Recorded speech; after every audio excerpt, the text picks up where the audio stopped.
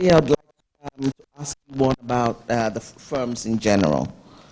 There's a deeper question of how firms should conduct themselves, because there will always be underlying trade-offs between interests of various stakeholders.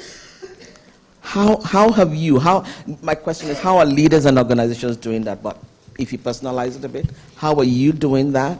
And what do you find to be the biggest challenge? Yeah, I think in having our conversations in the organisation, in fact, the toughest conversations are actually inside the organisation, trying to help people understand why it's not okay to just look inside the fence, you've got to look outside.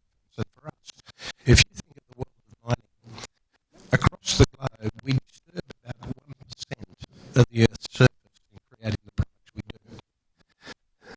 1% of the population that we impact directly are significantly impacted by our operations, and in our view, probably don't get what's fair in terms of what we all get to enjoy in terms of mining, because mining makes the world possible. If it's not grown, it's mined. And so we have a responsibility to connect with local communities, to make them part of the process and understand what we can do to make their lives better, and for them to share in the work and the bounty that we're extracting. And we've got to do that with governments, because they look for a much broader slice of that cake as well. So it's not an us and them, it's got to be we together finding solutions that work for shareholders, work for employees, work for local communities, work for broader communities, because we serve the broader society in terms of the products we produce, and we have to get that equation, and it has to change from where it's been in the past. Thank you very much, Mark. I'd like to switch to you, Shungu.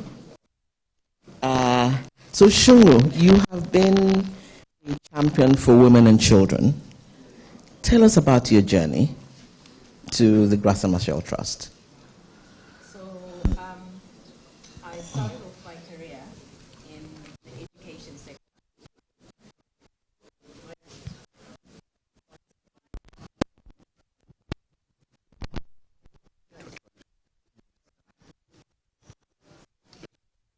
We're sharing shared value.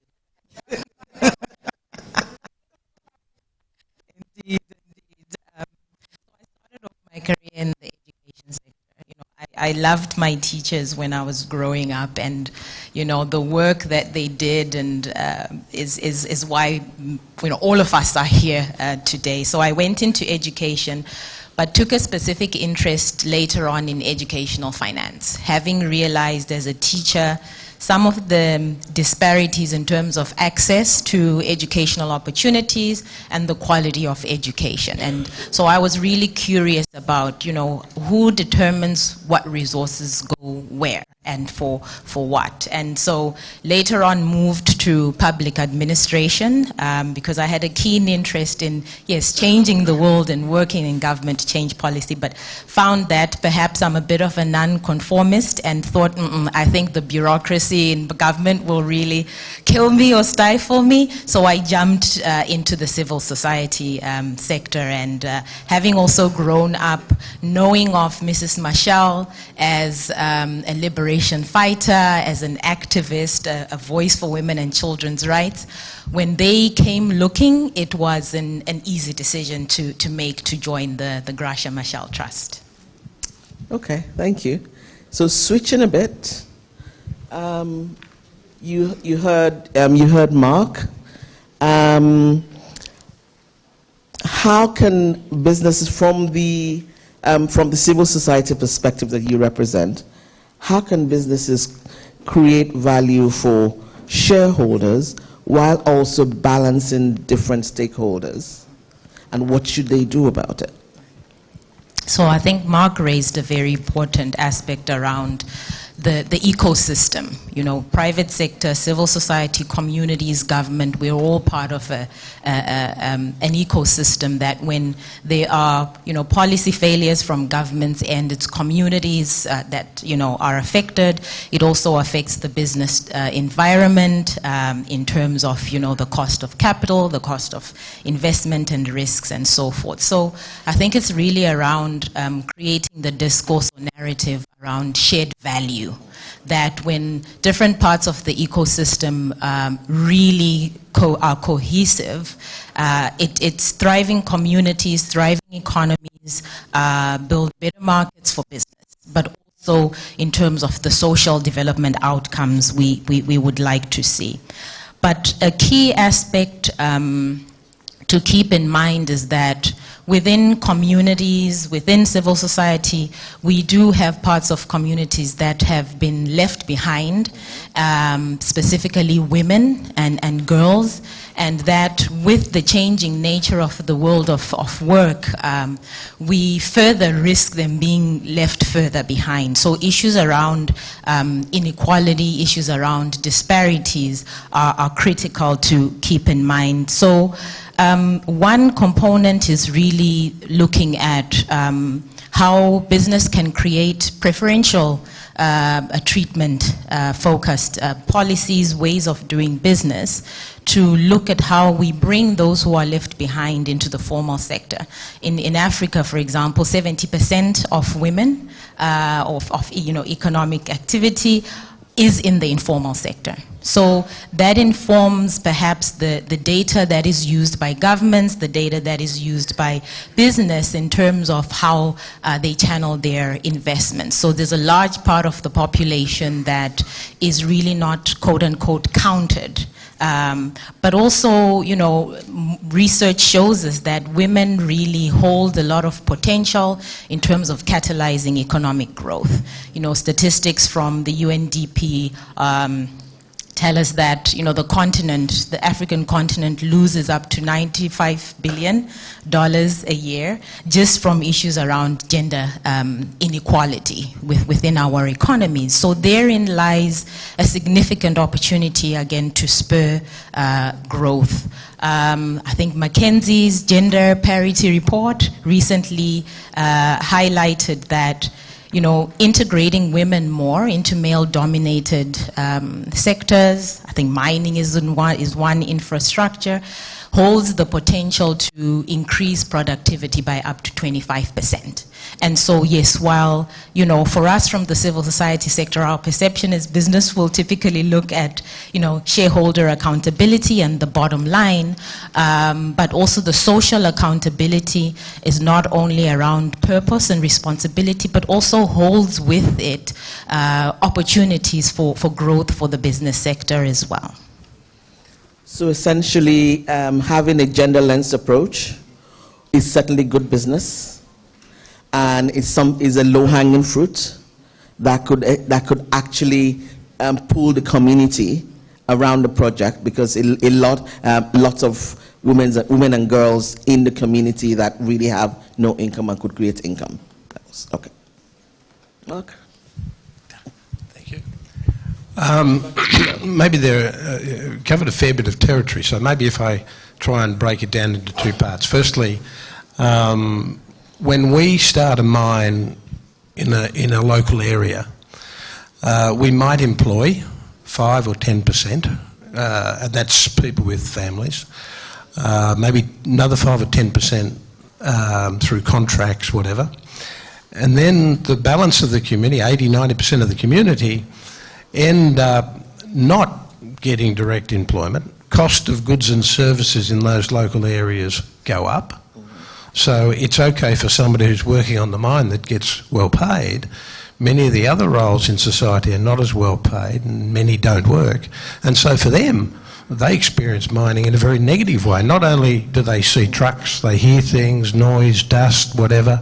The cost of many things go up for them. So unless we can change that experience, unless we can help with infrastructure, being energy, roads, transport, help people get around, bring other types of infrastructure skills and experience, and then help them generate new commercial activities, then for 90% of the community, the experience is negative.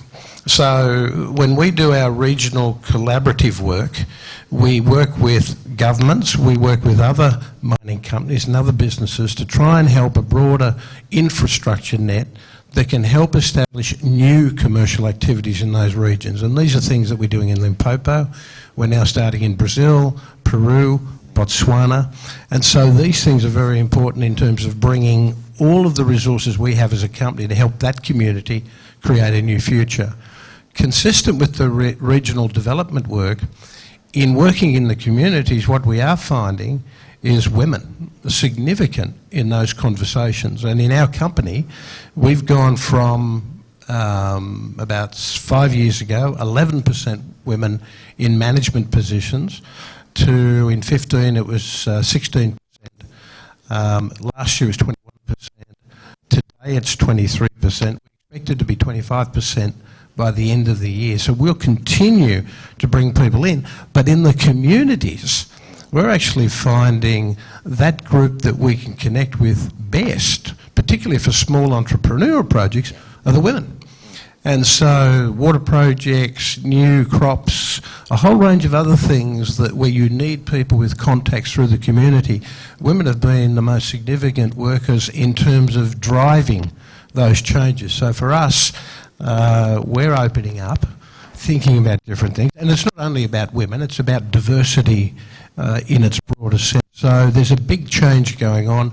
We have to be part of it, but ultimately communities have to drive where they want to go. Too often we've had this paternalistic model where we say, look, we're the company, we think you should have.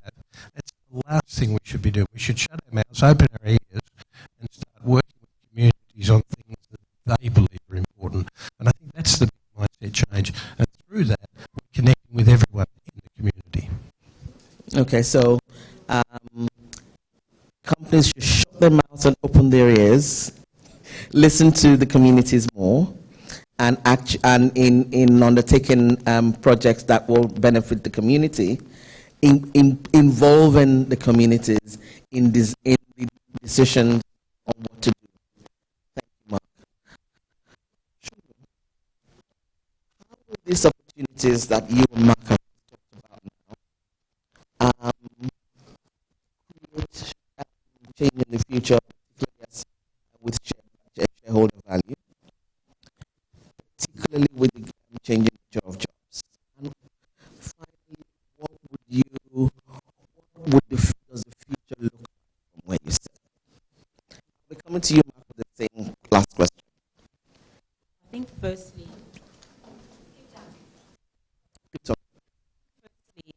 in relation to what Mark has shared,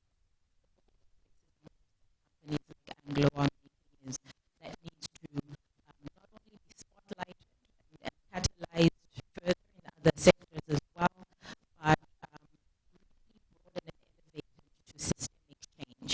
Because I think the scale and pace in localities is significant, is important, but it's that systemic change that will really drive us to achieving the 2030 agenda. We're just 10 years away from that. And in 1995, I was 17 when the Beijing conference happened. The Millennium Development Goals milestone was in 2015. I was 37 then. We're just 10 years from the SDGs. And so I think the pace and level and scale of that inclusiveness is something that we really need to more systemic change. And I think business holds that power and influence in terms of being able to demonstrate and catalyze change within their context, and it really has to be that shift to build towards change that is really more systemic. I think this is more because the nature of work is evolving at a much faster and much more aggressive pace than most of our economies, especially on the continent, are really able to transform. Not only that, in terms of the pace at which our education systems are able to also transform, we're still really much at the reform stage. And so there are jobs being conceptualized, thought about now for the future that don't exist. But how does that align or link to our education systems, and how from the very early age of early childhood development we are investing in children so that in the decades that they're entering that world of work, they are equipped.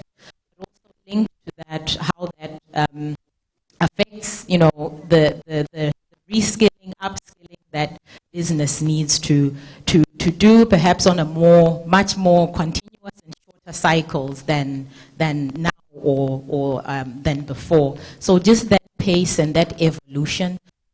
Also the demands of young people are also shifting. Access to information, exposure is such that they're way ahead in their thinking. The type of jobs, not just jobs, experiences they seek to have within the place of work is also such that, as employers, as business, as civil society ourselves, we are really having to reshape the way we engage with our constituents, but also the way we do the work we do. So just that pace, the advancement, but also keeping in mind that there are rural constituents that have typically been left behind, and this pace, we need to be very wary and conscious that we don't leave them further behind. So the audience should prepare their questions, because I will ask Mark one last question now, and we'll then take a couple from the floor. So Mark, same question to you. What does the future look like from where you sit?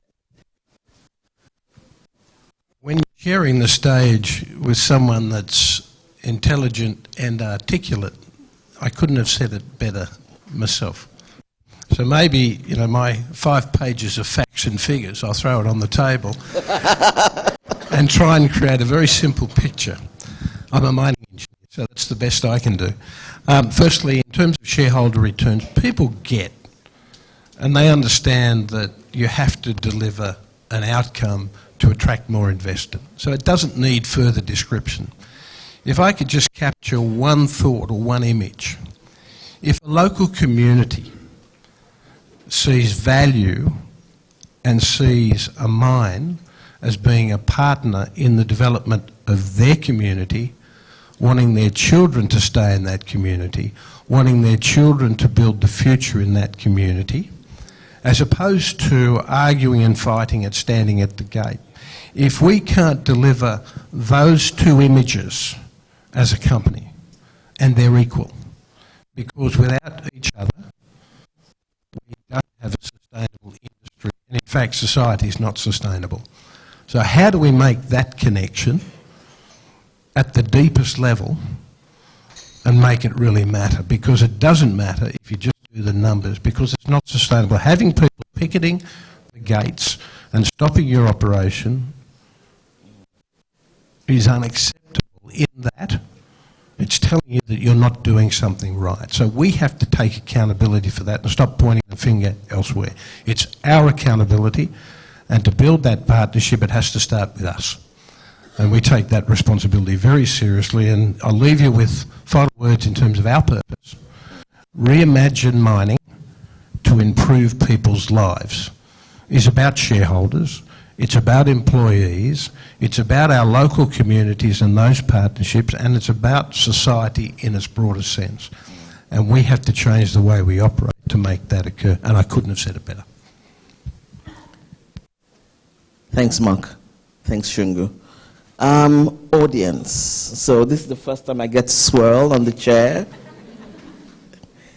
So, questions for the panel? Don't ask me questions. Ask them the difficult questions. Any questions? Coming.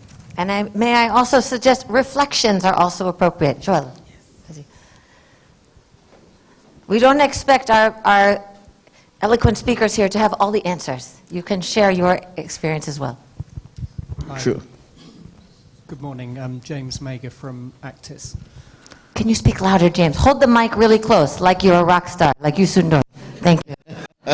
How's this? Better? Perfect. Thanks. James Mager from Actis. Thanks both panelists. That was really interesting. I've made a lot of notes. I particularly enjoyed your comment about shut your mouth and open your ears. It's very relevant. I think one of the pitfalls is when you open your ears, you often hear the loudest voice only. So when you're thinking about the needs of a broad community, How do you ensure that all of those needs are reflected and you're not just responding to the loudest voice? Thanks. So let's take a couple of questions and then we can... So another question? Coming. Budali, there's another one here. We're doing these very quick, rapid style. Hi there. I have a question for Mark. I'm over here. Yeah, hi there. Stand up. Hi.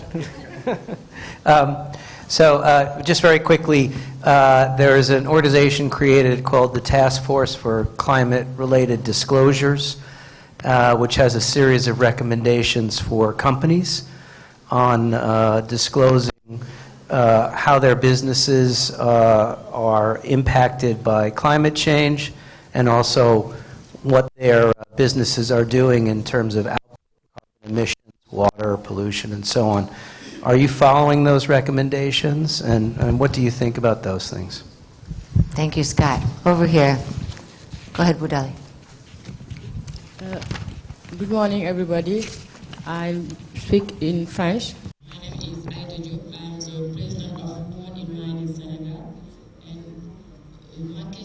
My question goes to Mrs. the representative of Trust, Grace Matchell Trust. Okay. Mrs. Shungu. Okay, go ahead.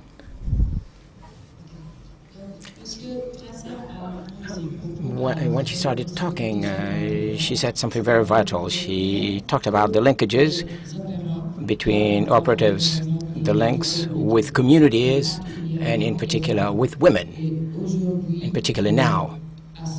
To date, we always see that in regions, in mining provinces or gas provinces, we always see that women are sidelined or cannot always flourish and benefit from resources or income generated from natural resources. They are left behind. So now what message, or rather, what message will you be conveying?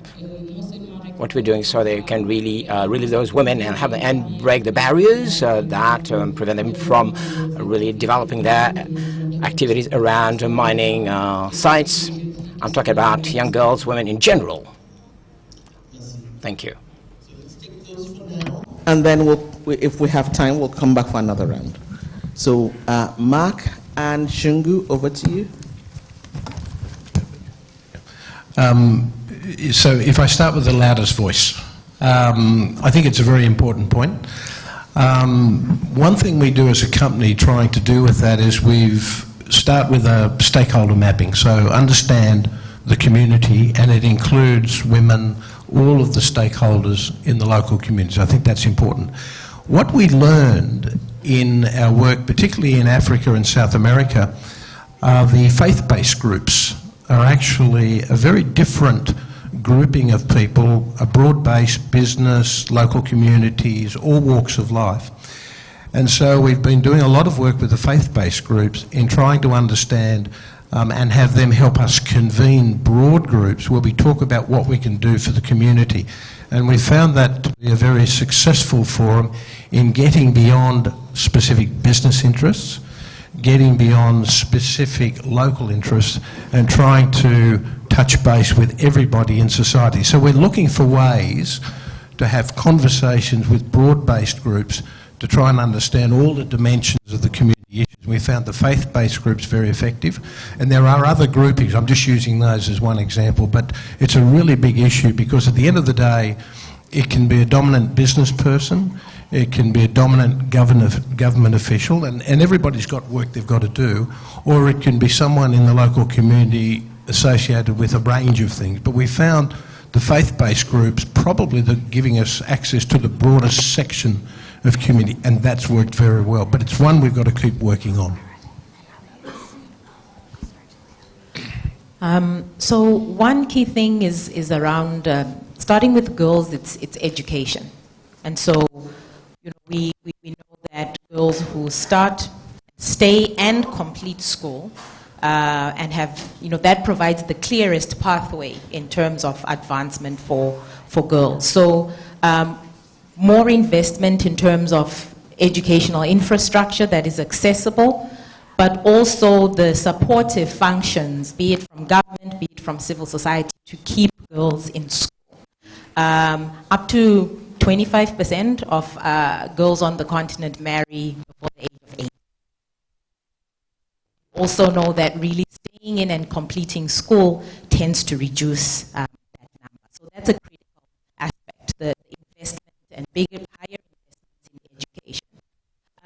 In terms of communities and some of the social and societal norms, that land ownership still tends to be skewed in terms of our patriarchal cultures and lineages. And so that, in terms of negotiating, participating in consultative processes for infrastructure projects and so forth, also then that dynamic feeds into that. So land is ownership is a very political, emotive issue right now, I think more so in the southern part of the continent, but land ownership for women is something that is critical and vital, because it also provides collateral for access to be able to invest and participate more firmly or actively in their economy. So there's education, there's really issues around changing policy and ownership structures, but social norms in our communities. And we know there's a gap. So that preferential treatment is something that at the Trust we really advocate quite strongly, that if it's big business in their supply chains, how do they also factor in that preferential procurement, for example, from women-owned, women-led businesses? But it doesn't stop there. There needs to be that investment in supporting and building those businesses as well. At the Trust, we have what we call a Women Creating Wealth initiative, and we've partnered with various organizations to do initiatives on building enterprise development. There was one time when this entrepreneurship competition was quite open to both male and female-owned businesses, and what we found was that the winners tended to be male. Now, it wasn't because the products and services of the female-owned companies, were inferior or so forth, but one of the critical factors was around pitching, confidence, that sureness, that ability to really put yourself forward. I mean, we know we see it in recruitment, where research shows us as women we tend to negotiate less in terms of our remuneration. So again, that goes back to issues around the social factors, the socialization, less confidence, less ability to put ourselves forward. So those softer supportive aspects also need to be addressed. Yes, we put hard capital in the hands of women through, there are a lot of women investment funds, gender-led funds that are coming up, that the Trust itself we are incubating, but really also acknowledging and dealing with those softer issues of how to build that ability to perhaps not just, but more the smartest and most confident voices in cases of consultations and negotiations. So I understand we're running out of time. And yes, we're involved in the transparency work on climate change. One of the big challenges for us is we've halved our thermal footprint in the last 5 years. We will continue to reduce our footprint and ultimately transition away. But how do you do that with the local communities? We've got a responsibility to local communities, governments, customers. So we're going through a just transition process. I think the most important thing is we're transparent, very clear about what we're doing, making sure we're taking inputs and trying to get there as quick and as effectively as we can, but at the same time making sure we bring our various stakeholders on the journey with us. And we're a big player in the hydrogen economy, the renewable economy, and in fact we've got the most diversified of the mining portfolios in the new economy. So we're transitioning in every sense of the word. Thanks, Mark. So I understand we're running out of time, so I can't take any more audience questions right now. But there are lots of opportunities to ask questions of other speakers.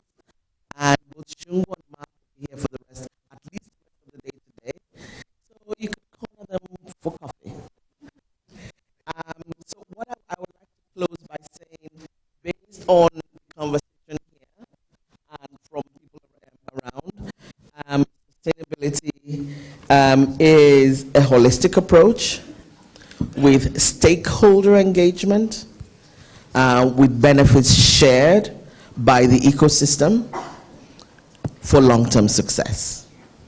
Thank you very much.